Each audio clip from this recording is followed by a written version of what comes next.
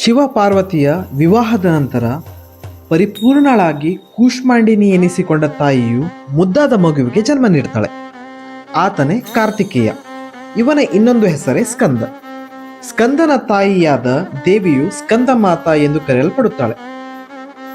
ಆಗ ಮಹಾಕ್ರೂರಿಯಾದ ತಾರಕನು ಗಲಿಬಿಲಿಗೊಳ್ತಾನೆ. ಯಾಕಂದ್ರೆ ಅವನ ವಧೆಯು ಕೇವಲ ಶಿವಶಕ್ತಿಯ ಸಂತಾನದಿಂದ ಮಾತ್ರವೇ ಸಾಧ್ಯವಾಗಿರುತ್ತೆ. ತಾರಕಾಸುರನು ತನಗೆ ಸಿಕ್ಕ ವರದಿಂದ ತಾನು ಅಮರನೆಂದು ಭಾವಿಸಿ ಇಡೀ ಜಗತ್ತನ್ನ ನಾಶ ಮಾಡ್ತಾ ತನ್ನ ಹತೋಟಿಗೆ ತೆಗೆದುಕೊಂಡು ಅಮಾಯಕರ ಬಲಿ ತೆಗೆದುಕೊಳ್ಳುತ್ತಾ ಅನ್ಯಾಯ ಮಾಡ್ತಾ ಇರ್ತಾನೆ. ಅವನಿಗೆ ಸಿಕ್ಕ ವರವನ್ನು ಅವನು ದುರುಪಯೋಗ ಪಡಿಸಿಕೊಂಡಾಗ ಅವನ ವರವೇ ಆತನಿಗೆ ಶಾಪ ಆಗತ್ತೆ. ಅವನನ್ನ ವಧಿಸುವ ಮಹಾ ಉದ್ದೇಶದಿಂದ ಜನಿಸಿದವನೇ ಕಾರ್ತಿಕೇಯ. ಕಾರ್ತಿಕೇಯನು ಶಸ್ತ್ರ ಶಾಸ್ತ್ರ ಬಿಲ್ವಿದ್ಯೆಗಳನ್ನೆಲ್ಲ ಕಲಿತು ಪರಾಕ್ರಮಿಯಾಗ್ತಾನೆ.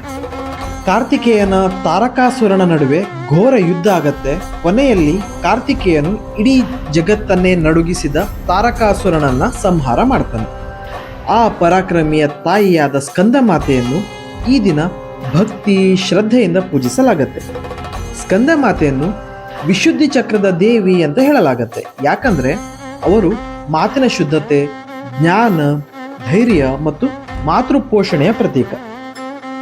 ಅವರ ಆರಾಧನೆಯಿಂದ ಕಂಠಚಕ್ರ ಶುದ್ಧಿಯಾಗಿ ಮಾತಿನ ಶುದ್ಧತೆ, ಭಕ್ತಿ ಮತ್ತು ಜ್ಞಾನದಲ್ಲಿ ಬೆಳವಣಿಗೆ ಆಗತ್ತೆ. ನಿಮಗೆಲ್ಲರಿಗೂ ಆ ತಾಯಿ ಆಶೀರ್ವದಿಸಲಿ ಅಂತ ಬೇಡಿಕೊಳ್ತಾ ಎಲ್ಲರಿಗೂ ನವರಾತ್ರಿಯ 5ನೇ ದಿನದ ಶುಭಾಶಯಗಳು.